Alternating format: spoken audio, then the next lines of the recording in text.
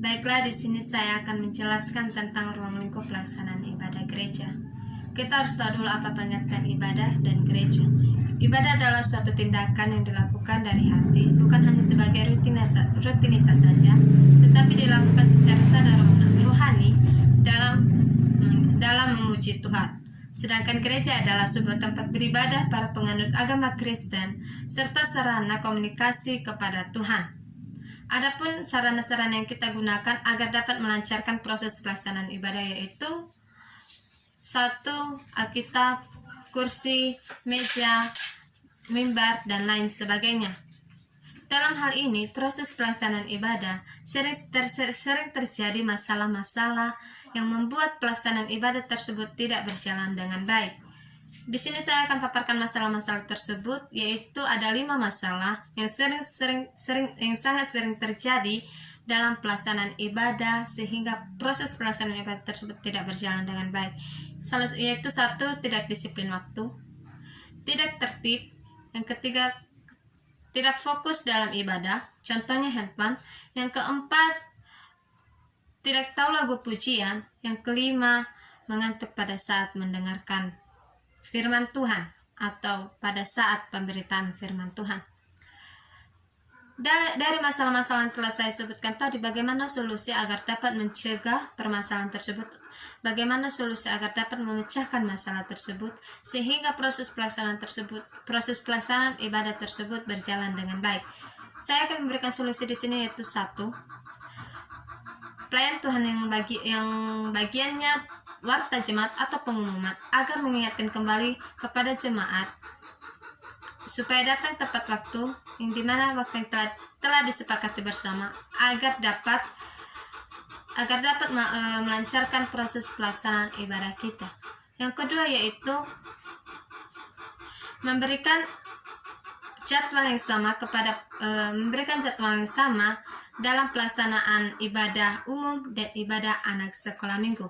Mengapa demikian? Karena sering sekali faktor dalam ketertiban adalah anak-anak. Sering sekali anak-anak ikut orang tua atau orang tua membawa anak-anak dalam proses ibadah umum sehingga anak-anak pun ribut, menangis, dan lain sebagainya. Jadi solusi yang kedua ini adalah memberikan jadwal yang sama dalam proses pelaksanaan ibadah umum dan ibadah sekolah minggu sehingga sekolah minggu atau anak-anak pun tidak datang ke ibadah umum dan ibadah umum pun berjalan dengan baik.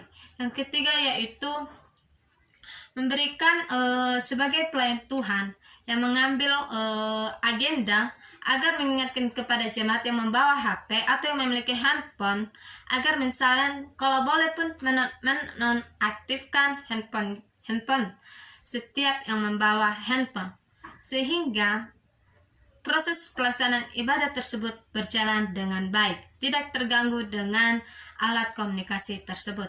Yang keempat yaitu solusi agar jemaat tahu lagu pujian, yaitu jika lagu pujian yang kita bawakan, alangkah lebih baiknya kita print dan kita bagikan kepada jemaat pada saat mereka datang dan sebelum memulai ibadah, mereka dapat menyanyikan lagu atau tidak menggunakan alat atau sarana infocus. Yang kelima yaitu solusi agar jemaat tidak mengantuk pada saat pemberitaan firman Tuhan, yaitu sebagai pelayan Tuhan yang bagiannya dalam memberitakan firman Tuhan agar dapat menyinkronkan, agar dapat membuat situasi dan kondisi tidak terlalu tegang, tidak terlalu kaku sehingga jemaat pun dapat rileks dalam mendengarkan firman Tuhan. Sering sekali jemaat tegang, tidak rileks, bahkan sehingga situasi dan kondisi yang ada di tempat itu, yang ada di dalam sebuah gereja tersebut membuat jemaat mengantuk. Jadi dalam hal ini sebaiknya sebagai pelayan Tuhan yang memberitakan firman Tuhan dapat mengubah situasi, tetapi dalam pengaruh yang baik. Demikian permasalahan solusi dalam ruang lingkup pelaksanaan ibadah. Sekian dan terima kasih. Salam.